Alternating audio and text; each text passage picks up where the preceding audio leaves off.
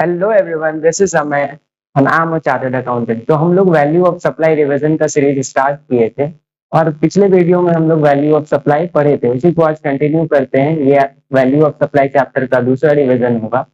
तो अभी तक हम लोग जो पढ़े थे उसको एक बार हम लोग रिवाइज करते हैं। जो हम लोग अभी तक पढ़ चुके हैं उसको एक बार रिवाइज कर लेंगे, फिर हम लोग आगे इस चैप्टर को कंटिन्यू करेंगे। तो सबसे पहले हम लोग पढ़े थे कि वैल्यू ऑफ सप्लाई क्या होता है। तो वैल्यू ऑफ सप्लाई क्या होता है? वैल्यू ऑफ सप्लाई होता है transaction value. Value of supply means transaction value which is the price actually paid or payable for the said supply of goods or services or both। Value of supply क्या होगा? Value of supply होगा transaction value. Transaction value मतलब क्या होता है? Price actually paid और payable. जो पैसा हमको देना है एक पर्टिकुलर चीज के सप्लाई के लिए, जो पैसा हमने दे दिया है, जो पैसा हमें देना है उस पर्टिकुलर चीज के सप्लाई के लिए, उसको बोलते हैं वैल्यू ऑफ सप्लाई। पर ये प्रोविजन कब एप्लीकेबल होगा? ये प्रोविजन तब एप्लीकेबल होगा जब सप्लायर और रेसिपिएंट रिलेटेड नहीं होंगे। मतलब सप्लायर और रेसिपिएंट रिलेटेड पर्सन होंगे तो ये प्रोविजन अप्लाई नहीं करेगा। और एक कंडीशन है कि price is the sole consideration of the supply.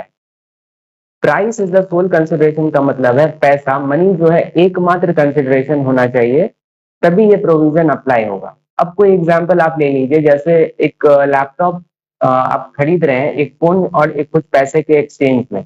तो यहाँ पे ये प्रोविजन अप्लाई होगा क्या? The answer is no, because price is not the sole consideration here.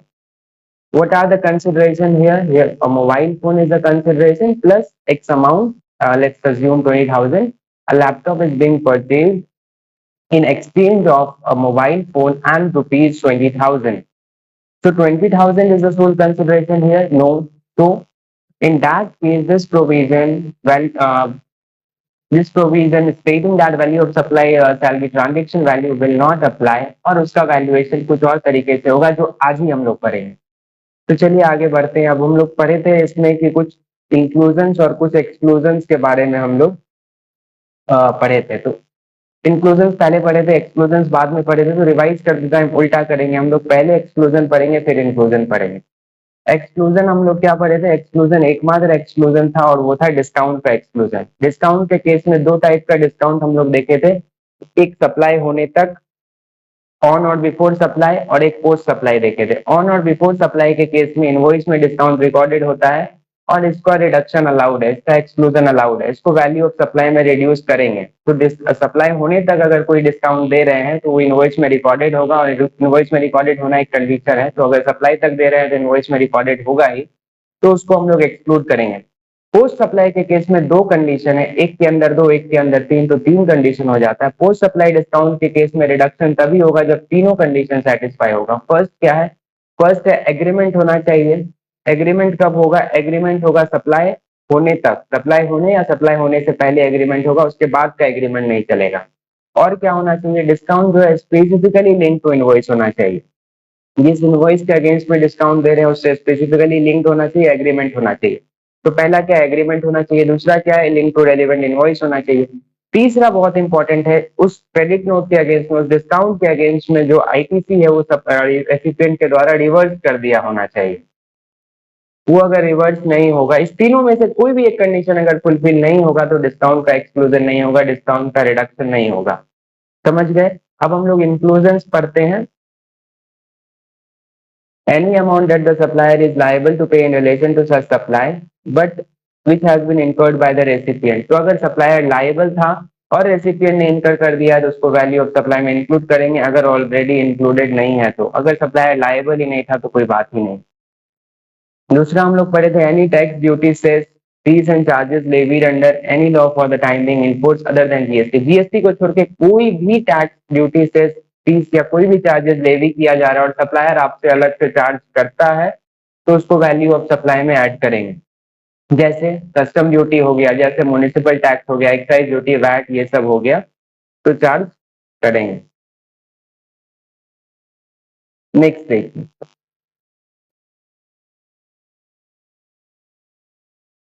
Next incidental expense. कोई भी इंसिडेंटल एक्सपेंस है, पैकिंग है, कमीशन है, पेमेंट है, इंस्पेक्शन है, सर्टिफिकेशन है, कोई भी बाय वॉट एवर नेम, अगर कोई भी इंसिडेंटल एक्सपेंस या कोई भी चार्जेस आपसे सप्लायर चार्ज कर रहा है रेसिपिएंट से, for anything done by the supplier in respect of the supply of goods और सर्विसेज और गुड्स, कुछ भी है तो सब वैल्यू ऑफ सप्लाई में इंक्लूडेड होगा। और टैक्स का रेट क्या होगा, ये कंपोजिट सप्लाई होगा, इसलिए जो मेन सप्लाई का रेट होगा वही एप्लीकेबल होगा। नेक्स्ट आता है इंटरेस्ट और लेट फीस और penalty for delayed payment of any consideration. कोई भी इंटरेस्ट या लेट फीस या पेनल्टी डिलेड कंसिडरेशन के लिए है तो वैल्यू ऑफ सप्लाई में इंक्लूड होगा। टाइम ऑफ सप्लाई क्या होगा, जब ये मिलता है और इसको अगर क्वेश्चन में नहीं दिया हुआ है तो इसको हम लोग मानेंगे कि ये इंक्लूसिव ऑफ टैक्स है। इंक्लूसिव ऑफ टैक्स मतलब जो भी इंटरेस्ट या डिस्काउंट 2%, 3%, 5% से कैलकुलेट होके आया वो इंक्लूसिव ऑफ डिस्काउंट है, मतलब इंक्लूसिव ऑफ टैक्स है, मतलब उसमें टैक्स इंक्लूडेड है, तो टैक्सेबल वैल्यू और टैक्स हम लोग उसमें से निकाल लेंगे। परफेक्ट है। Subsidy directly link to price excluding subsidy. Price link subsidy का यहाँ पे बात हो रहा है। प्राइस लिंक सब्सिडी जो है वो अगर central government state government provide करती है तो इंक्लूड नहीं करेंगे उसको वैल्यू ऑफ सप्लाई में। अगर other than central government state government provide करती है कोई भी, जैसे होल्डिंग कंपनी, कोई एनजीओ, कोई ट्रस्ट, तो वैल्यू ऑफ सप्लाई में इंक्लूड हो जाएगा। किसके वैल्यू ऑफ सप्लाई में इंक्लूड होगा, उस सप्लायर के जिसको वो सब्सिडी मिल रहा है। ब्लैंकेट सब्सिडी या कुछ और है तो इंक्लूड नहीं होगा। जो क्वेश्चन में प्राइस दिया रहेगा उसको अगर कुछ नहीं बताया रहेगा तो उसको हम लोग क्या एज्यूम करेंगे, आफ्टर सब्सिडी। तो यहीं तक हम लोग पढ़े थे, इसका रिवीजन हमारा हो गया है। तो अब आगे हम लोग कंटिन्यू करते हैं आज के चैप्टर के साथ। तो नोट्स आज पहले से ही लिख के लाए हैं ताकि आपका टाइम बर्बाद नहीं हो। तो हम लोग अभी तक यही पढ़े, क्रस्ट चैप्टर का यही था कि वैल्यू ऑफ सप्लाई का मतलब होगा value of supply shall be transaction value. Value of supply क्या होगा, value of supply shall be transaction value which means price actually paid or payable for the said supply of goods or services or both। पर ये कब apply होगा, ये तभी apply होगा जब सप्लायर और रेसिपिएंट रिलेटेड नहीं है और दूसरा कंडीशन है price is the sole consideration. तो आज हम लोग यही पढ़ेंगे कि ये दो प्रोविजो जो हम लोग प्रोवाइडेड जो कंडीशन है वो अगर सेटिस्फाई नहीं होगा तो वैल्यूएशन कैसे होगा। कौन से केस हम लोग आज पढ़ेंगे, आज हम लोग पढ़ेंगे अगर सप्लायर और रेसिपिएंट अगर रिलेटेड है तो वैल्यूएशन कैसे होगा। और सेकंड केस अगर प्राइस सोल कंसिडरेशन नहीं है, मतलब प्राइस एकमात्र कंडीशन, मनी एकमात्र कंसिडरेशन नहीं है। For example non monetary condition है, कोई जैसे मैंने लैपटॉप के अगेंस्ट में मोबाइल फोन का एक्सचेंज और एक कुछ पैसे का बात करें तो उस केस में price is not the sole consideration. तो उस केस में वैल्यूएशन कैसे होगा वो आज हम लोग देखेंगे। तो सबसे पहले हम लोग स्टार्ट करते हैं, what if price is not the sole consideration. मतलब ये है कि कंसिडरेशन पैसा में नहीं है। पैसा मतलब आप लोग जानते ही हैं, पैसा में क्या इंक्लूड नहीं होता है, पैसा में वो करेंसी, वो नोट इंक्लूड नहीं होता है जो न्यूमिस्मैटिक वैल्यू के लिए आप रखते हैं। न्यूमिस्मैटिक वैल्यू क्या होता है, कोई आप एक एग्जांपल देखिए, कोई एक कॉइन है उसमें आपका ईयर ऑफ बर्थ लिखा हुआ है तो उसके लिए आपको 5 रुपए का कॉइन आपके लिए 5 रुपए का नहीं है। हो सकता है आप अपने कैपेसिटी अनुसार आप उसे 5 लाख रुपए में भी खरीद सकते हो। इस तरीके का कॉइन बिकता भी है मार्केट में जिसका न्यूमिस्मैटिक वैल्यू है। तो उस करेंसी या उस नोट का फेस वैल्यू या बुलियन वैल्यू पे उसका वैल्यूएशन नहीं होता है, उसका numismatic value due to its rarity, historical significance, उस पे अगर वैल्यूएशन हो रहा है वैसा कोई करेंसी या नोट है तो वो मनी में नहीं आएगा, इसके अलावा सब मनी। तो what if price is not the sole consideration, अगर कंसिडरेशन मनी में नहीं है तो वैल्यूएशन कैसे होगा। तो अगर कंसिडरेशन जो है सिर्फ मनी में नहीं है तो सबसे पहले हम लोग देखेंगे उस पर्टिकुलर गुड्स या सर्विस जो सप्लाई किया जा रहा है उसका ओपन मार्केट वैल्यू क्या है। ओपन मार्केट वैल्यू मतलब उसी चीज के सब उसी पर्टिकुलर गुड्स या सर्विस को हम मार्केट में जब सप्लायर और रेसिपिएंट रिलेटेड नहीं है तो कितने रुपए में खरीद सकते हैं, वही है उसका ओपन मार्केट वैल्यू। अब for example open market value अगर नहीं पता है तो सेकंड केस क्या है, सेकंड केस है कंसिडरेशन इन मनी। कितना पैसा दिया जा रहा है उस पर्टिकुलर गुड्स या सर्विस को और सप्लाई को रिसीव करने के लिए, और प्लस कितना ऐसा चीज दिया जा रहा है जो मनी नहीं है पर उसका मनी टर्म्स में कितना वैल्यू है। फॉर एग्जांपल एक लैपटॉप कोई बेच रहा है, मिस्टर ए एक लैपटॉप मिस्टर बी को बेच रहा है, उसके अगेंस्ट में वो एक मोबाइल फोन प्लस ₹20,000 ले रहा है। तो कंसिडरेशन इन मनी कितना है, 20,000, ये यहाँ पे आ गया। अब consideration not in money as equivalent to money, इस मोबाइल फोन का कितना वैल्यू है उसको हम लोग ले लेंगे। फॉर एग्जांपल हम लोग मानते हैं इसका वैल्यू अगर 10,000 है, अगर पता है टाइम जब सप्लाई हो रहा है उस टाइम अगर पता है इसका वैल्यू कितना है तो ही लेंगे। तो consideration not in money as equivalent to money, तो 20,000 प्लस 10,000 वैल्यूएशन कितना हो जाएगा, 30,000। फर्स्ट केस में ओपन मार्केट वैल्यू अगर लैपटॉप का 32,000 है, एग्जाम्पल लेते हैं, अगर दिया हुआ है तो सेकंड में नहीं जाएंगे, फर्स्ट सेकंड थर्ड फोर्थ ये सिक्वेंशियली हम लोग बढ़ेंगे, ये हम लोग ऑर्डर में डिटरमाइन करेंगे। मतलब अगर फर्स्ट अप्लाई नहीं, ओपन मार्केट वैल्यू नहीं पता है तभी सेकंड में जाएंगे, फर्स्ट और सेकंड नहीं पता है तभी थर्ड में जाएंगे, फर्स्ट सेकंड थर्ड नहीं पता है तभी फोर्थ में जाएंगे। परफेक्ट है यहाँ तक। अब हम लोग देखते हैं अगर कंसिडरेशन इन मनी है plus consideration not in money, ये भी हो गया। तीसरा है लाइक काइंड एंड क्वालिटी, अगर ये दोनों ही नहीं पता है, ओपन मार्केट वैल्यू भी नहीं पता है, consideration in money consideration not in money as equivalent to money भी नहीं पता है, तो लाइक काइंड एंड क्वालिटी, उस तरह का गुड्स मार्केट में कितने में बिक रहा है, उस तरह का, उसके सिमिलर गुड्स, वही गुड्स नहीं उसके तरह का, ओपन मार्केट वैल्यू वही गुड्स का हम लोग देखेंगे, लाइक काइंड एंड क्वालिटी में उसके तरह का देखेंगे, यही डिफरेंस है दोनों में। ओपन मार्केट वैल्यू में क्या देखेंगे, उसी गुड्स का वैल्यू देखेंगे, उसी सर्विस का वैल्यू देखेंगे, पर लाइक काइंड एंड क्वालिटी में सिमिलर देखेंगे। किसको लाइक काइंड एंड क्वालिटी बोलेंगे ये आगे हम लोग देखेंगे।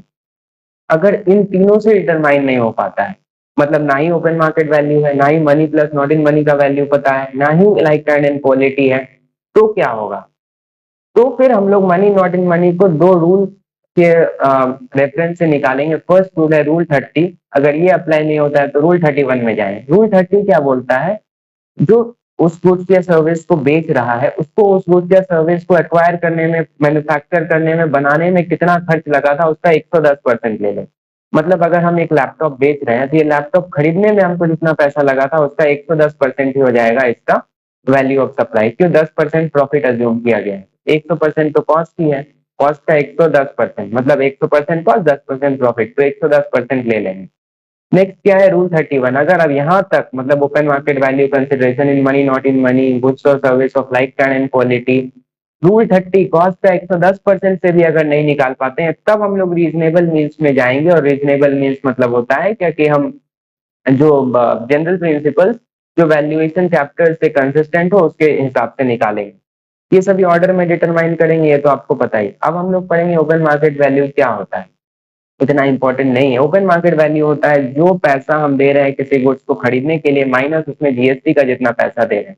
हम एक लैपटॉप अगर खरीद रहे हैं 30,000 या 32,000 में, तो उसमें कुछ जीएसटी का भी पोर्शन होगा, मान लेते हैं जीएसटी का पोर्शन 5-6 हजार 5,000, तो 27,000 हो गया। Full value of money 32,000 minus 5,000, तो इस गुड्स का वैल्यू ओपन मार्केट वैल्यू है 27,000। अब जैसे एक अमेजोन पे एक फोन दिख रहा है, ये लैपटॉप ही आप मान लीजिए 20,000 का, एक 30,000 का एक लैपटॉप, 30,000 का लैपटॉप है, 20,000 हमको कैश देने बोल रहा है या बैंक से, मतलब मनी में कंसिडरेशन है, 10,000 का एक फोन हम एक्सचेंज कर रहे हैं। इसका value without exchange already Amazon इसको 30,000 में बेच रहा है, तो क्या हो गया इसका ओपन मार्केट पे, ओपन मार्केट वैल्यू इसका पता है, तो हम सेकंड में money plus not in money में जाएंगे ही नहीं, because Amazon is already selling it at price of 30,000 if no exchange facility is opted for। तो इस चीज का ओपन मार्केट वैल्यू, मार्केट में ये कितना पैसा दे के हम लोग to obtain such supply at the time when supply is being valued. अब अगर हम मार्च में खरीद रहे हैं तो हम दिसंबर का प्राइस से कंपेयर नहीं करेंगे, उसी टाइम का प्राइस मेरा होना चाहिए। Provided such supply is between unrelated person, और प्रोवाइडेड ये सप्लाई अनरिलेटेड पर्सन मतलब जनरल प्रोविजंस के हिसाब से वो सप्लाई वैल्यू हो रहा है तभी लेंगे, बिकॉज रिलेटेड पार्टी और price is not the sole consideration अगर है तो फिर मेरा वैल्यूएशन प्रिंसिपल चेंज हो जाएगा और स्पेसिफिक प्रिंसिपल लगेगा। इसलिए बहुत इंपॉर्टेंट हो जाता है कि ओपन मार्केट वैल्यू मतलब मार्केट में ओपन वैल्यू उसका क्या है, कितना पैसा हम देके उसको हम खरीद सकते हैं। लाइफ काइंड एंड क्वालिटी हम लोग पढ़े थे, लाइफ काइंड एंड क्वालिटी होता है एनी अदर सप्लाई, कोई और supply made under similar circumstances, similar circumstances में जो किया गया हो, विच इज सेम और सब्सटैंशियली रिजेंबल्स, वो एक जैसा है, वही है या इसके जैसा है, किस सेंस में वो सब्सटेंशियली रिजेंबल कर रहा है उसके तरह है, कैरेक्टरिस्टिक्स में, क्वालिटी में, क्वांटिटी में, फंक्शनैलिटी में, रेप्यूटेशन बहुत इंपॉर्टेंट है, बहुत सारे प्रोडक्ट का रेप्यूटेशनल वैल्यू होता है, तो उसके अगर similar life time and quality देख रहे हैं तो रेप्यूटेशन में भी बराबर होना चाहिए, फंक्शनैलिटी में भी होना चाहिए, क्वालिटी में भी, क्वांटिटी में भी कैरेक्टरिस्टिक्स होंगी। ये आपका ओपन मार्केट वैल्यू का डेफिनेशन और लाइफ टाइम एंड क्वालिटी आपके एग्जाम के लिए बहुत इंपॉर्टेंट नहीं है, बस आपके नॉलेज के लिए था। ओपन मार्केट वैल्यू मतलब मार्केट में कितना में बिक रहा है minus GST payable. Like kind and quality मतलब सेम और सिमिलर गुड, सेम कैसे क्वालिटी, क्वांटिटी, फंक्शनैलिटी, कैरेक्टरिस्टिक्स और रेप्यूटेशन। एक एग्जांपल हम लोग देखते हैं, new phone is supplied for ₹20,000 along with exchange of an old phone. Amazon का एग्जांपल ले लीजिए, एक नया फोन आया है जो कि आपको 20,000 रुपए में बिक रहा है, along with an exchange of old phones। 20,000 रुपए आपको देना है प्लस एक ओल्ड फोन जो भी है उसको आपको एक्सचेंज करना है। तो कंसिडरेशन क्या है? 20,000 plus old phone. Price of new phone without exchange is 24,000। तो consideration not only in money, special provision. Special provision में सबसे पहले क्या है? Open market value. Open market value इसका दिया हुआ है, तो ये ओपन मार्केट वैल्यू 24,000 इसका वैल्यू ऑफ सप्लाई हो जाएगा। Next question, laptop is supplied for 40,000। Laptop, एक लैपटॉप 40,000 रुपए में बेचा जा रहा है अलॉन्ग विद बार्टर और प्रिंटर। तो 40,000 देना है और एक प्रिंटर देना है। Value of printer known at the time of supply 4,000। तो कंसिडरेशन नॉट इन मनी है, स्पेशल प्रोविजन। स्पेशल प्रोविजन में सबसे पहले ओपन मार्केट वैल्यू नहीं पता है, open market value. Second, consideration in money plus consideration not in money as equivalent to money. तो consideration not in money कितना है? कंसिडरेशन इन मनी कितना है? इन मनी है 40,000। कंसिडरेशन नॉट इन मनी कितना है? कंसिडरेशन नॉट इन मनी मतलब printer का वैल्यू अगर टाइम ऑफ सप्लाई के टाइम पे नोन है 4,000। 40 प्लस 4,000 44,000। इसका वैल्यू कितना हो गया? 44,000। नेक्स्ट एग्जाम्पल देखिए, Rajesh and company A limited के ग्रुप को फाइनेंशियल और मैनेजमेंट कंसल्टेंसी सर्विस प्रोवाइड कर रहा है। इसके अगेंस्ट में इसको 15 लाख का कंसिडरेशन और एक कार इसको यूज करने के लिए दिया गया है कि आप एक कार विद ड्राइवर आप यूज करिए।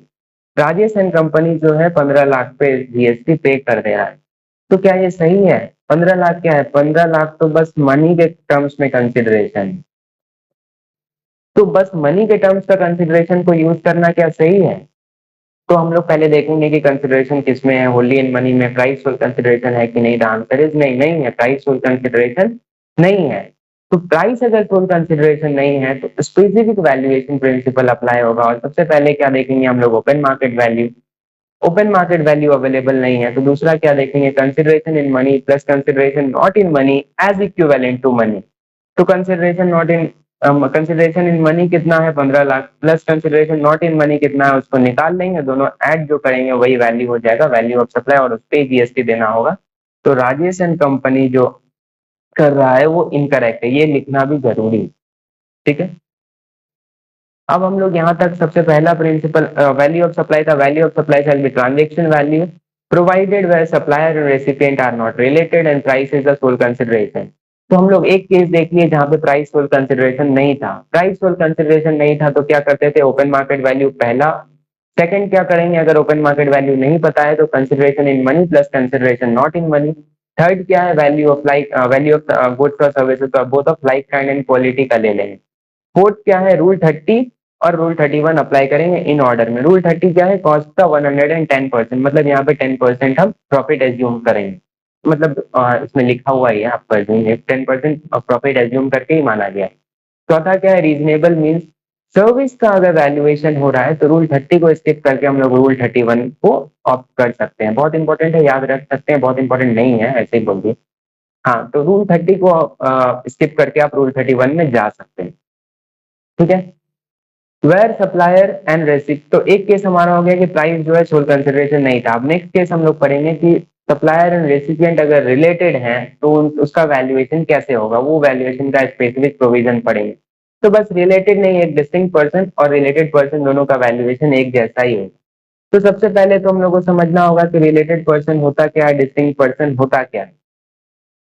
तो डिस्टिंक्ट पर्सन अगर आप समझेंगे, डिस्टिंक्ट पर्सन का बहुत इजी डेफिनेशन, अगर बहुत इजी मतलब अगर समझेंगे तो एक पैन नंबर पे जितना रजिस्ट्रेशन है सब आपस में डिस्टिंक्ट पर्सन है एक दूसरे से। फॉर एग्जांपल ही पहले आप देख लीजिए, एक रिलायंस इंडस्ट्रीज लिमिटेड का एक जीएसटी रजिस्ट्रेशन है गुजरात में। रिलायंस इंडस्ट्रीज लिमिटेड का दूसरा रजिस्ट्रेशन है गुजरात में ही। रिलायंस इंडस्ट्रीज लिमिटेड का तीसरा रजिस्ट्रेशन है हरियाणा में। रिलायंस इंडस्ट्रीज लिमिटेड का तो पैन एक ही होगा। तो रिलायंस इंडस्ट्रीज गुजरात, रिलायंस इंडस्ट्रीज गुजरात और रिलायंस इंडस्ट्रीज हरियाणा तीनों आपस में डिस्टिंक्ट पर्सन है। रिलायंस इंडस्ट्रीज गुजरात गुजरात से, गुजरात हरियाणा से, ये वाला गुजरात हरियाणा से, और गुजरात ये वाला गुजरात हरियाणा, सारे आपस में रिलेटेड पर्सन है। बस एक बार, a person has more than one registration. एक पर्सन का एक से ज्यादा रजिस्ट्रेशन है, किसी एक पर्सन का एक से ज्यादा रजिस्ट्रेशन है, चाहे एक स्टेट में हो चाहे मल्टीपल स्टेट में हो, सब आपस में डिस्टिंक्ट पर्सन है। तो इसका वैल्यूएशन स्पेसिफिक प्रिंसिपल से होगा। रिलेटेड पर्सन का डेफिनेशन पढ़ने के लिए हम लोग आते हैं वैल्यूएशन के प्रिंसिपल में, वैल्यूएशन के नोट्स में, प्रिंसिपल बोल दो गलती से।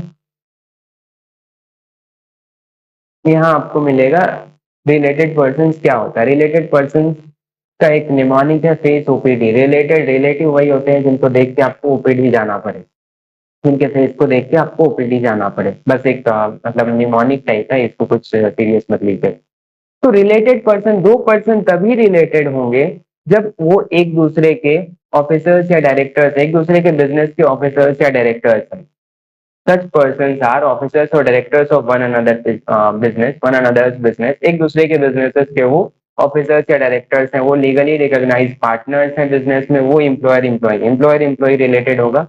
ऑफिसर्स और directors of one another's business, legally recognise partners in business और एम्प्लॉयर एम्प्लॉय। अब दूसरा आता है कंट्रोल। कंट्रोल से स्पेसिफिक एक दो तीन चार पॉइंट है। चार पॉइंट क्या है? वन ऑफ देम डायरेक्टली और इनडायरेक्टली कंट्रोल्स द अदर। एक जो है डायरेक्टली या इनडायरेक्टली दूसरे को कंट्रोल कर रहा है।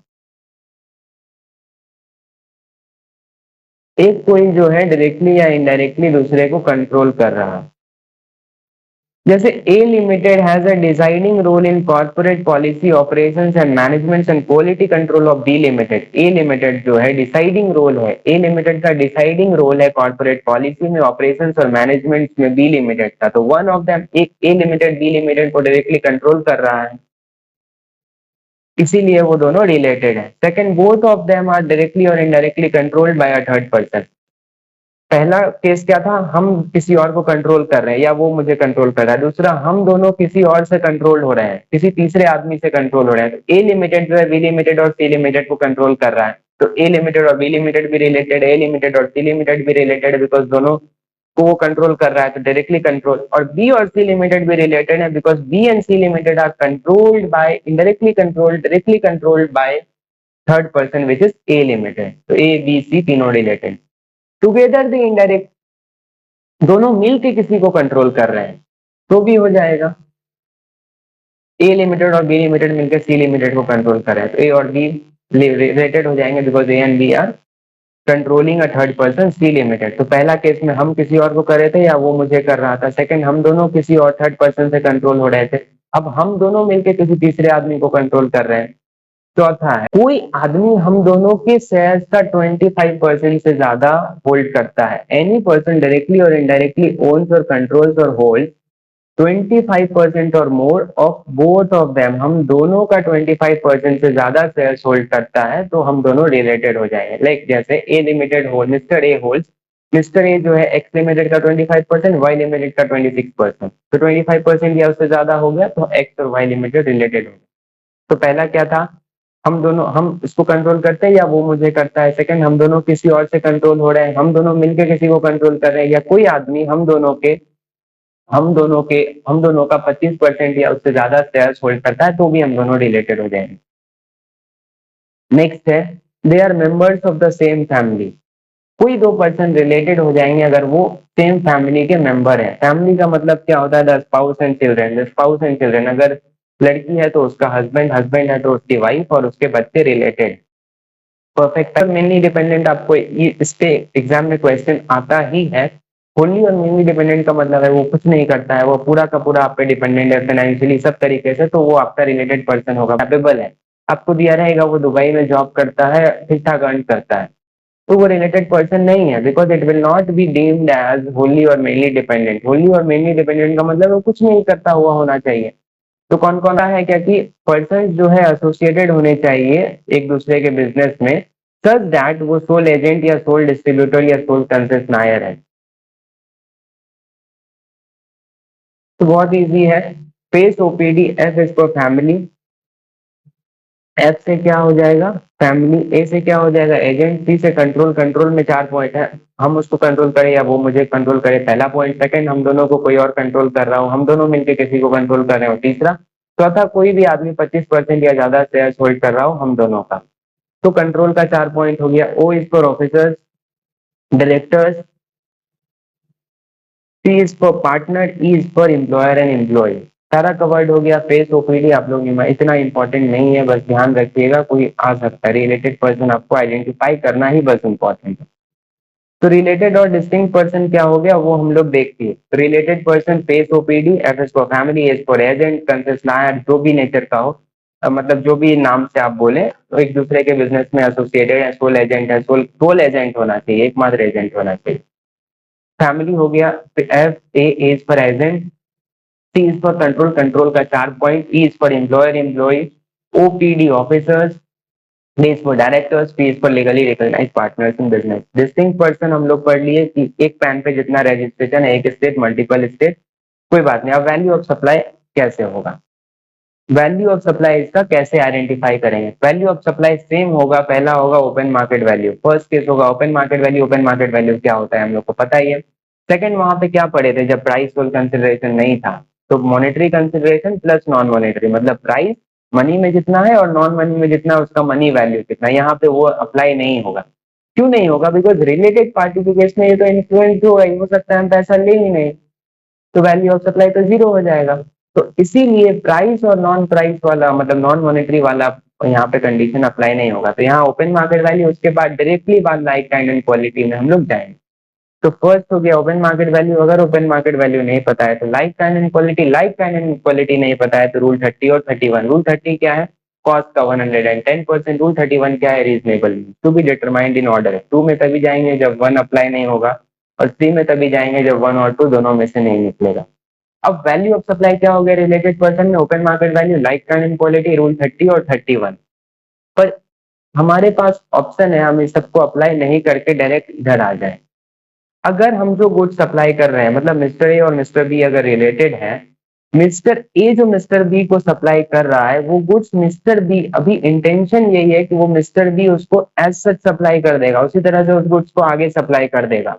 तो अगर मिस्टर बी इसको आगे सप्लाई कर देगा एक अनरिलेटेड पार्टी को, मतलब मिस्टर बी फिर से इसको मिस्टर सी, और मिस्टर सी जो है रिलेटेड नहीं है मिस्टर बी के, तो मिस्टर बी जो मिस्टर सी से चार्ज करेगा पैसा, उसका 90% जो है हमारा मिस्टर ए और मिस्टर बी के बीच में जो सप्लाई हुआ है उसका वैल्यू हो जाएगा। अब समझिए, Mr A, mister B, Mr C, ये दोनों रिलेटेड हैं, तो इसका, इसके बीच का जो सप्लाई है, मिस्टर बी मिस्टर सी को जो गुड सप्लाई करेगा लाइक क्वांटिटी क्वालिटी, इसी तरह का जो गुड सप्लाई करेगा 100 रुपया पे अगर करेगा, तो इसका 90% 90 रुपया इस दोनों के बीच का जो सप्लाई होगा उसका वैल्यू ले लेंगे। ठीक है, तो यहाँ पे 10% प्रॉफिट, वैल्यूएशन में 10% प्रॉफिट ही एज्यूम किया गया है। तो जब हम लोग कॉस्ट पे बढ़ रहे थे तो 110 ले रहे थे, तो यहाँ पे एक 3 आगे से जब पीछे आ रहे हैं तो 100% से 90% पे आना होगा, तो यहाँ पे 90% हो गया। समझ में आ गया, मिस्टर ए और मिस्टर बी रिलेटेड है। मान लीजिए ये एक stylus mister A mister B को दे रहा है।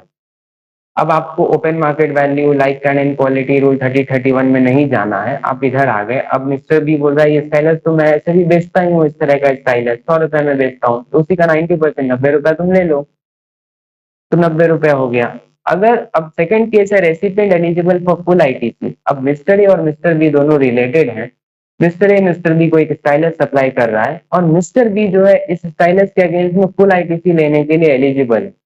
तो जो भी वैल्यू पे कर दो वही ओपन मार्केट वैल्यू। आप 1 रुपए में भी सप्लाई कर रहे हो तो 1 रुपए इसका ओपन मार्केट वैल्यू हो जाए। तो if recipient is eligible for full ITC, then value declared in invoice shall be open market value. जिस वैल्यू पे करना है कर दो, वही ओपन मार्केट वैल्यू हो जाएगा। फिर से हम लोग एक बार इसको देखते हैं। सबसे पहला, अगर मेरा सप्लायर और रेसिपिएंट रिलेटेड या डिस्टिंक्ट पर्सन होंगे तो वैल्यूएशन कैसे होगा, पहला होगा ओपन मार्केट वैल्यू, सेकंड होगा like kind and quality, third होगा रूल 30 और 31। मॉनेटरी प्लस नॉन मॉनेटरी का मनी वैल्यू नहीं लेंगे, बिकॉज यहाँ पे वो इन्फ्लुएंस होगा। अगर इसको आप अप्लाई नहीं करना चाहते हैं, अगर रेसिपिएंट इसको एज सच भेज देगा, तो रेसिपिएंट आगे इस तरह के इस लाइक काइंड एंड क्वालिटी के गुड्स को जितना में बेचता है उसका 90% ले लो। या फिर अगर रेसिपिएंट फुल आईटीसी के लिए एलिजिबल है तो वैल्यू डिक्लेयर्ड इन इनवॉइस, जो वैल्यू डिक्लेयर कर दिए वही ओपन मार्केट वैल्यू हो जाए। परफेक्ट है, यहाँ तक समझ में आ गया। तो price is a full consideration भी देख लिया, और डिस्टिंक्ट और रिलेटेड पर्सन के बीच का सप्लाई भी देख लिया। अब एक कॉन्सेप्ट आता है कॉर्पोरेट गारंटी का, जो बहुत इंपॉर्टेंट है। कॉर्पोरेट गारंटी में क्या सर्विस दिया जा रहा है, कॉर्पोरेट गारंटी में कॉर्पोरेट गारंटी भी दिया जा रहा है। किसको कॉर्पोरेट गारंटी दिया जा रहा है, कोई बैंकिंग कंपनी या फाइनेंशियल इंस्टीट्यूशन को रेसिपिएंट के बिहाफ पे, किसी एक रेसिपिएंट के बिहाफ पे कोई एक सप्लायर बैंकिंग कंपनी या फाइनेंशियल इंस्टीट्यूशन को कॉर्पोरेट गारंटी दे रही है। कॉर्पोरेट गारंटी का क्या मतलब हो गया, ए लिमिटेड और बी लिमिटेड मान लीजिए रिलेटेड पर्सन है। बी लिमिटेड एसबीआई से लोन लेने गया 100 करोड़ का। बी एसबीआई देगा, बोला बी लिमिटेड को हम लोन नहीं देंगे, बी लिमिटेड को लोन नहीं देंगे, बोला फिर लोन तो हमको चाहिए, बोला लोन देंगे, कब देंगे, जब ए लिमिटेड मुझे गारंटी करे इस लोन के अगेंस्ट में कि अगर बी लिमिटेड नहीं चुकाता है तो ए लिमिटेड चुकाएगा। गारंटी देने का यही मतलब होता है कि ए लिमिटेड बी लिमिटेड अगर नहीं चुका पाया तो ए लिमिटेड चुकाएगा। जो गारंटर है वो गारंटी लेता है डिफॉल्ट का। डिफॉल्ट अगर करता है तो उस केस में लाइबिलिटी ए लिमिटेड पे शिफ्ट हो जाएगी। तो ए लिमिटेड गारंटी किसको दिया, एसबीआई को दिया। सर्विस किसको दिया, सर्विस का कॉर्पोरेट गारंटी सर्विस का रेसिपिएंट कौन है, B limited, because B limited के बिहाफ पे एसबीआई को दिया। कंसिडरेशन में flow to any person and consideration में फ्लो फ्रॉम एनी पर्सन। तो कंसिडरेशन जो है इस केस में किसको दिए हम, गारंटी एसबीआई को दिए, पर किसके बिहाफ पे दिए, बी लिमिटेड के बिहाफ पे। तो इसका सप्लायर कौन हो गया इस गारंटी कॉर्पोरेट गारंटी सर्विस का, ए लिमिटेड। किसके बिहाफ पे दिया, बी लिमिटेड के, तो ये रेसिपिएंट हो गया एसबीआई। यहाँ पे इस सप्लाई का कुछ भी नहीं। तो कॉर्पोरेट गारंटी किसको दिए, बैंकिंग कंपनी या फाइनेंशियल इंस्टीट्यूशंस को। किसके भी यहाँ पे दिए, रेसिपिएंट। अब रेसिपिएंट कौन होगा ये बहुत इंपॉर्टेंट है। यहाँ पे रेसिपिएंट होगा एक रिलेटेड पर्सन, जो गारंटी दे रहा है, जो सप्लायर है उसका एक रिलेटेड पर्सन होना चाहिए। रिलेटेड पर्सन कौन होता है, पहले ही देख लिया, फेस ओपीडी या डिस्टिंक्ट पर्सन। तो रिलेटेड पर्सन होना चाहिए सप्लायर का जो कि इंडिया में लोकेटेड हो। वो रिलेटेड पर्सन रेसिपिएंट कहाँ का होना चाहिए, इंडिया के केस में। तो रेसिपिएंट अगर इंडिया में नहीं है तो अप्लाई नहीं होगा। अगर रेसिपिएंट मान लीजिए इंडिया से बाहर है तो उस पर ये प्रोविजन अप्लाई नहीं होगा। इसलिए एक्सपोर्ट के केस में, एक्सपोर्ट ऑफ सर्विस के केस में, export of corporate guarantee service के केस में ये प्रोविजन आपका अप्लाई नहीं होगा।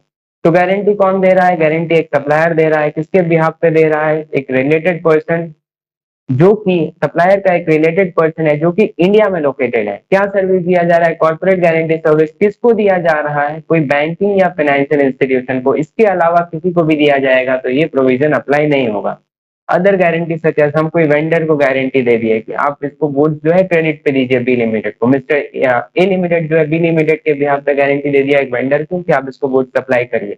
इस केस में ये प्रोविजन अप्लाई नहीं होगा। इस प्रोविजन में बोलता क्या है, अगर ऐसा कोई सर्विस कॉर्पोरेट गारंटी सर्विस दिया जा रहा है तो इस केस में वैल्यू ऑफ सप्लाई क्या होगा, 1% of amount of guarantee offered per annum और actual consideration whichever is higher. जितना अमाउंट का गारंटी दिया जा रहा है उसका 1% पर एनम, हर साल जितना साल का गारंटी है उतना हिसाब से 1%। एक साल का दिया जा रहा है 1 करोड़ का गारंटी तो 1 करोड़ का 1%। और एक्चुअल कंसिडरेशन, इस गारंटी देने के लिए अगर कोई एक्चुअल कंसिडरेशन लिया जा रहा है तो वो जो हायर होगा वो आपका वैल्यू ऑफ सप्लाई हो जाएगा। 1 करोड़ का गारंटी, 1 करोड़ का 1%, और एक्चुअल कंसिडरेशन मान लीजिए 5 लाख, जो भी हायर है वो हो जाएगा वैल्यू ऑफ सप्लाई और उसी पे टैक्स कैलकुलेट होगा। अमाउंट ऑफ, अगर एक्चुअल कंसिडरेशन कुछ नहीं है तो एक्चुअल कंसिडरेशन 0 और 1% of amount of guarantee offered per annum whichever is higher, तो वही हो जाएगा। पर एनम जितना 6 महीना का गारंटी है तो 1% of amount guarantee offered into 6 month by 12 month, क्योंकि 1% एक साल के लिए, 5 साल का गारंटी है तो 5 साल से मल्टीप्लाई कर देंगे और actual consideration whichever is higher. Amount of guarantee पे निकालेंगे। लोन हो सकता है 500 करोड़ का हो, गारंटी हम लिए हो 100 करोड़ का है, तो जितना अमाउंट हम गारंटी लिए हैं उतने के लिए ही हम लायबल होंगे, इससे ज्यादा के लिए हम लायबल नहीं होंगे। डायरेक्टर अगर पर्सनल गारंटी देता है, अब ए लिमिटेड गया एसबीआई से लोन लेने, बोला लोन 100 करोड़ का चाहिए, बोला नहीं देंगे। बोला कब दीजिएगा, बोला जब आपके डायरेक्टर गारंटी लेंगे तब देंगे।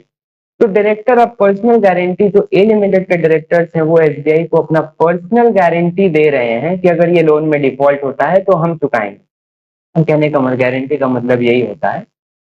तो अब क्या है, इस केस में कॉर्पोरेट गारंटी का वैल्यूएशन कैसे होगा, हम लोग पढ़े थे 1% of amount of guarantee offered per annum और actual consideration whichever is higher.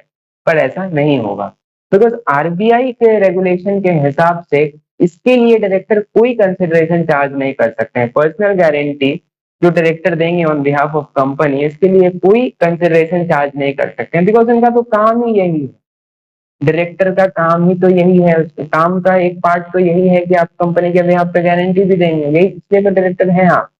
इसीलिए आरबीआई कहता है कि ओपन मार्केट वैल्यू उस चीज का नील और नील मान लीजिए या जीरो होगा, क्योंकि इसका डायरेक्टर इसके लिए कोई चार्ज नहीं कर सकते हैं, तो इसका मतलब इसका ओपन मार्केट वैल्यू जीरो है, 0 रुपए आप चार्ज कर सकते हैं, कुछ भी नहीं चार्ज कर सकते हैं, इसीलिए वैल्यू ऑफ सप्लाई जब जीरो होगा तो इस पर टैक्स क्या पे, कुछ भी नहीं होगा।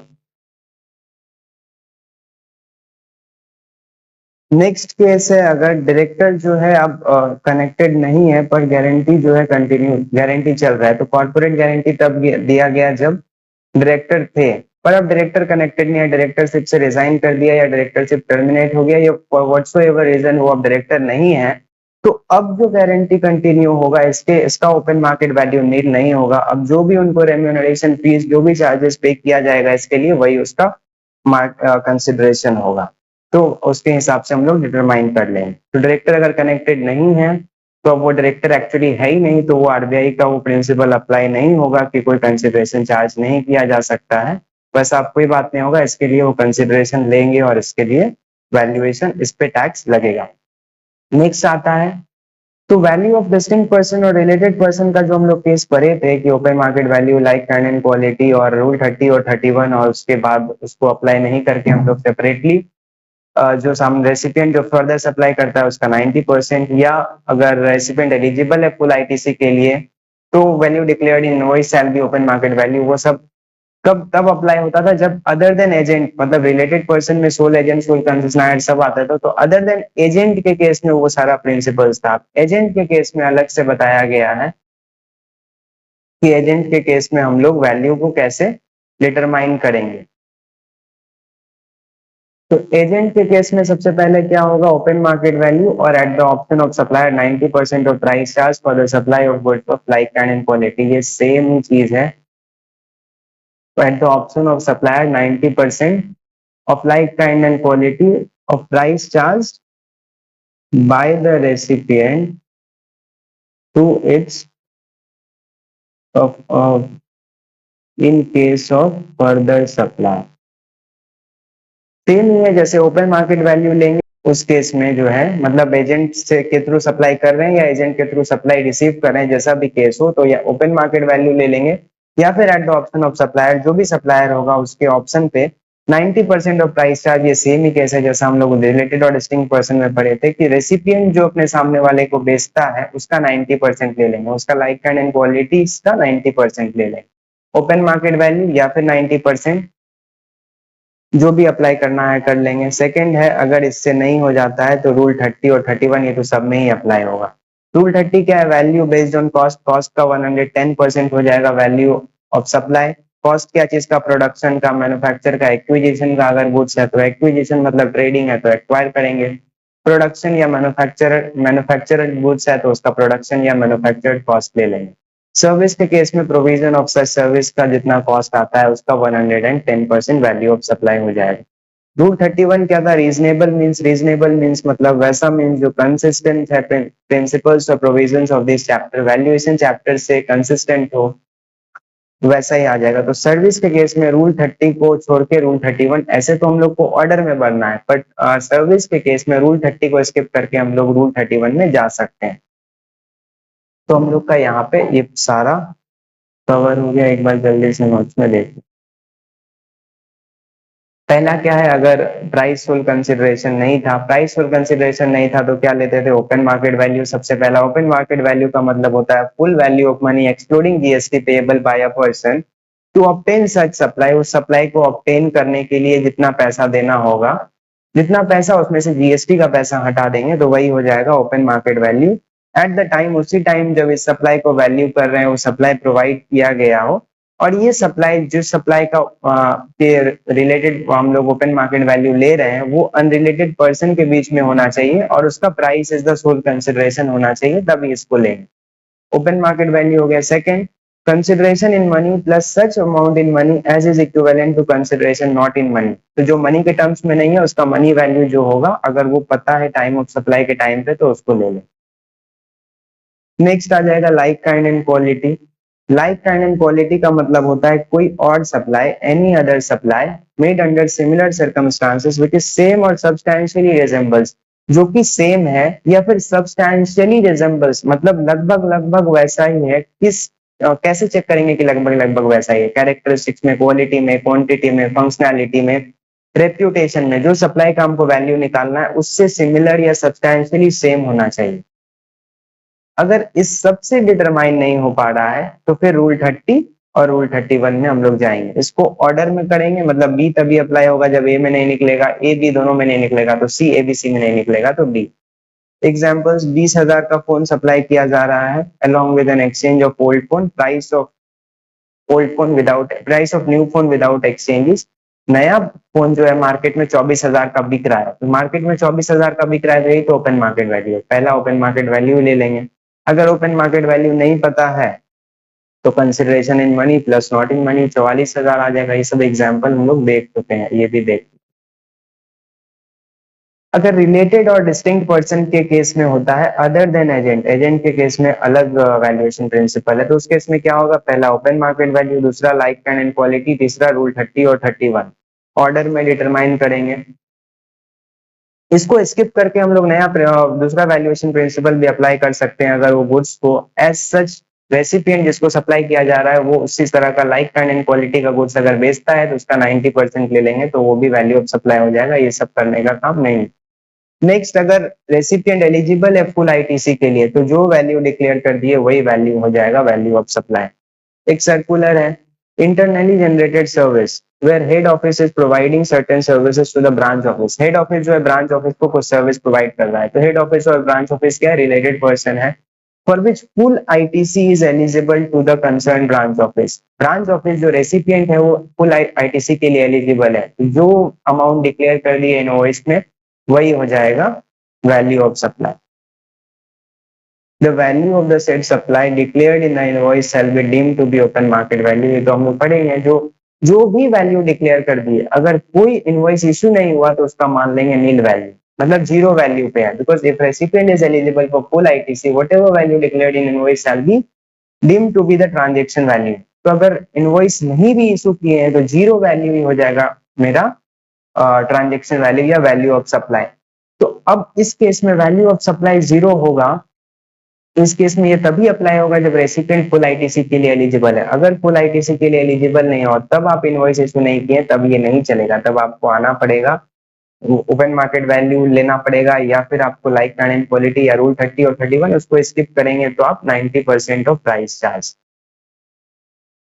However, HO may not be issuing tax invoice to the with respect to, अगर नहीं भी टैक्स इनवॉइस इशू कर रहे हैं सर सैलरी कॉस्ट या कुछ का, सच एज सैलरी कॉस्ट, जो सैलरी कॉस्ट लग रहा है एचओ का, एचओ के जो एम्प्लॉय खट रहे हैं बीओ के लिए, ब्रांच ऑफिस के लिए, हेड ऑफिस के जो एम्प्लॉय काम कर रहे हैं उसका एपोर्शन उससे कॉस्ट चार्ज नहीं कर रहा है, तो नहीं कर रहा है कोई बात नहीं। अगर फुल आईटीसी के लिए एलिजिबल है तो नहीं कर रहा है तो कोई बात नहीं।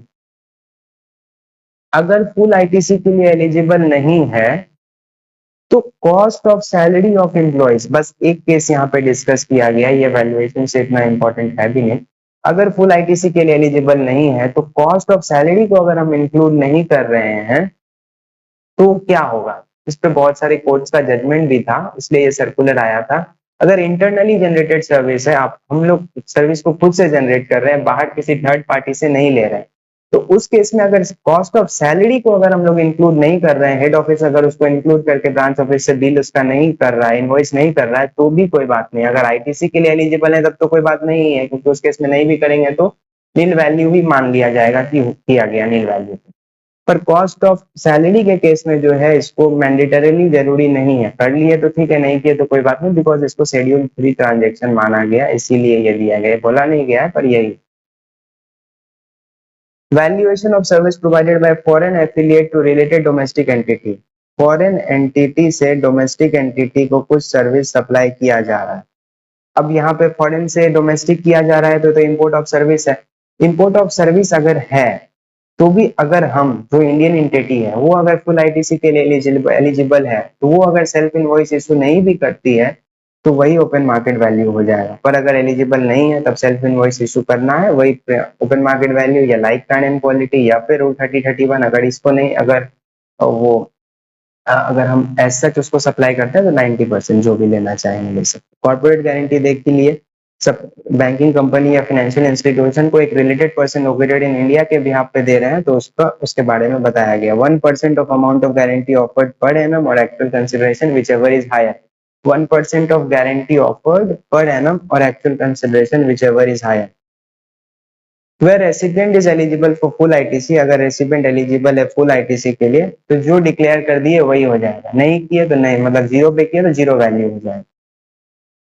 Value of supply shall be based on amount guaranteed, loan amount पे नहीं गारंटी अमाउंट पे कैलकुलेट होगा। लोन हो सकता है 500 करोड़ का हो, गारंटी हम 100 करोड़ का ही लिए हैं तो 100 करोड़ का 1% होगा।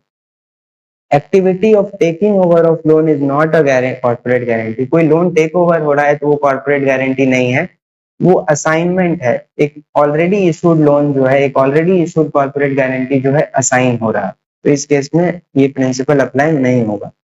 अगर कॉर्पोरेट गारंटी 5 साल के लिए हो गया, 100 करोड़ का कॉर्पोरेट गारंटी हम गारंटी दिए हैं 5 साल के लिए दिए, 1% of corporate guarantee into 5 years और actual consideration whichever is higher. 6 महीने के लिए दिए हैं तो इंटू 6 मंथ बाय 12 मंथ, मतलब प्रोपोर्शनेट लें। डोमेस्टिक कंपनी अगर कॉर्पोरेट गारंटी इशू करती है, मतलब इंडिया में ही है, ए लिमिटेड बी लिमिटेड दोनों इंडिया में है, ए लिमिटेड जो है बी लिमिटेड के बिहाफ पे गारंटी इशू करता है तो यहाँ पे फॉरवर्ड चार्ज होगा। अगर ए लिमिटेड इंडिया से बाहर है, बी लिमिटेड इंडिया में है, तो यहाँ पे रिवर्स चार्ज हो जाएगा और यहाँ पे इम्पोर्ट ऑफ सर्विस का केस एप्लीकेबल हो जाएगा। एक्सपोर्ट ऑफ सर्विस के केस में अप्लाई नहीं होगा, बिकॉज जब हम लोग सर्विस को जब कॉर्पोरेट गारंटी का सर्विस और रेसिपिएंट पर रहते तो रेसिपिएंट हमेशा related person of supplier located in India, अगर इंडिया में लोकेटेड ही नहीं है तो ये प्रिंसिपल अप्लाई नहीं होगा। वो गारंटी मल्टीपल रिलेटेड एंटिटीज जो है गारंटी दे रही है तो आप उसको 1% और एक्चुअल कंसिडरेशन निकाल लीजिए हर एक गारंटर का। If 1% of total guaranteed amount is higher, अगर 1% ऑफ गारंटीड अमाउंट हायर आ रहा है तो उसको फिर प्रोपोर्शनेट बांट दीजिए, जितना जो एंटिटी जितना शेयर उसका। एफसीएम और आरसीएम जैसा होगा, इंडियन एंटिटी अगर मतलब अगर सप्लायर अगर इंडिया में है तो एफसीएम होगा, सप्लायर अगर इंडिया से बाहर है, रेसिपिएंट इंडिया में है तो इंपोर्ट ऑफ सर्विस होगा। पर्सनल गारंटी आरबीआई के मैंडेट के हिसाब से डायरेक्टर पर्सनल गारंटी के लिए कोई भी कंसिडरेशन चार्ज नहीं कर सकते, इसलिए उसका ओपन मार्केट वैल्यू 0 होगा और इसीलिए इस पे कोई टैक्स देने का काम नहीं है। पर डायरेक्टर अगर is no longer connected but उनका गारंटी जरूरी है, बिकॉज नए डायरेक्टर आए हैं, उनका गारंटी इनइफेक्टिव है या फिर इनका ही गारंटी चाहिए तो उस केस में जो गारंटी देते हैं वो टैक्सेबल हो जाएगा और जो उसको रेम्यूनरेशन और कंसिडरेशन दिया जा रहा है वही उसका वैल्यू हो जाएगा। For A and B are two guarantors, A and B दो guarantors हैं, who provide guarantee to a banking company, दोनों guarantor हैं, कोई तीसरे कंपनी के बिहाफ पे ये दोनों गारंटी दे रहे हैं। तीसरा कंपनी Y है, उसके बिहाफ पे गारंटी दे रहे हैं 10 करोड़ का। A जो है 80% गारंटी दे रहा है, B जो है 20%, मतलब 8 करोड़ का गारंटी A दे रहा है और 2 करोड़ का मतलब 10 करोड़ का 20%, 2 करोड़ का गारंटी B दे रहा है। तो एक 8 करोड़ का 1% 8 लाख और इसका 2 लाख। एक्चुअल कंसिडरेशन यहाँ पे नहीं बताया गया, मतलब 0 है तो guarantee 1% of guaranteed amount is higher है तो उसका प्रोपोर्शनेट कर दिए। 5 साल के लिए तो 5% हायर ऑफ 5% और एक्चुअल कंसिडरेशन, मतलब गारंटीड अमाउंट का 5% ले लेंगे या फिर गारंटी अमाउंट का 1% मल्टीप्लाइड बाय 5 ईयर्स, एक ही बात है, और actual consideration whichever is higher. 1 साल के लिए हम लोग ये किए हैं, 1 साल के लिए कॉर्पोरेट गारंटी इशू किया गया पर उसको 5 बार रिन्यू किया गया, हर बार 1-1 साल के लिए, मतलब एक बार में 5 साल के लिए नहीं दिया गया है। तो एक बार में अगर 5 साल के लिए नहीं दिया गया तो एक बार में 1 ही साल के लिए, तो हर साल उसका 1-1% वैल्यू होगा। टैक्स कौन से साल में देना है? टैक्स देना है जब गारंटी इशू हो रहा है, in the year of issuance. Tax is payable in the year of issuance. अगर 5 साल के लिए आज ही दे दिए हैं तो आज ही 5 साल के ऊपर टैक्स देना है। एजेंट के थ्रू अगर सप्लाई कर रहे हैं तो ओपन मार्केट वैल्यू या 90% of price charge for the supply of like kind and quality by the recipient to his customer not being a related person, मतलब ए अगर बी को सप्लाई कर रहा है, बी जो है ए का एजेंट है और बी फिर सी को सप्लाई कर लाइक काइंड एंड क्वालिटी का गुड्स या सर्विस जो सप्लाई कर रहा है, तो ये इससे जितना चार्ज करेगा, अगर 100 रुपए करेगा तो उसका 90%, ये 90 रुपीज हो जाएगा इसका वैल्यू ऑफ सप्लाई। तो सामने हम जितने में सप्लाई करेंगे उसका 90% ले लेंगे। अगर इससे डिटरमाइन नहीं कर पा रहे हैं तो रूल 30-31, रूल 30 क्या है, कॉस्ट का 110% ले लेंगे और 31 क्या है, reasonable means. A principal supplies groundnut to his agent. A जो है ग्राउंडनट सप्लाई कर रहा है बी को। बी क्या है? एजेंट। एजेंट जो है ऐसा ही क्वालिटी और इस तरह का इसी क्वालिटी का जो है ग्राउंडनट सप्लाई करता है जो इंडिपेंडेंट मतलब उस आपस में रिलेटेड नहीं है, अनरिलेटेड है। बी जो सी को सप्लाई करेगा 5,000 रुपए पर क्विंटल के हिसाब से सप्लाई कर रहा है। बी सी को 5,000 रुपए पर क्विंटल के हिसाब से सेम उसका जो है सेम ये सप्लाई कर रहा है।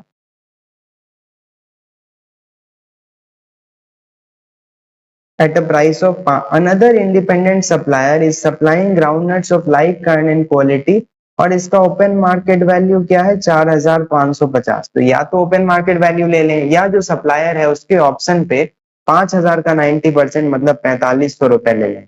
दोनों में से कुछ भी ले सकते हैं। ओपन मार्केट वैल्यू यहाँ पे ऑर्डर नहीं है, यहाँ पे ओपन मार्केट वैल्यू और 90% एक साथ ही है। ऑर्डर फिर नीचे 3031 में ऑर्डर है पर यहाँ पे एक साथ ही। तो या तो ओपन मार्केट वैल्यू ले लें या 90% ले लें। रूल 30 क्या था? Value based on cost. Cost का 110% हो जाएगा अपना वैल्यू ऑफ सप्लाई। रूल 31 है रेसिडुअल मेथड। रीजनेबल मींस जो principles and provisions of this chapter से कंसिस्टेंट है वही आ जाएगा।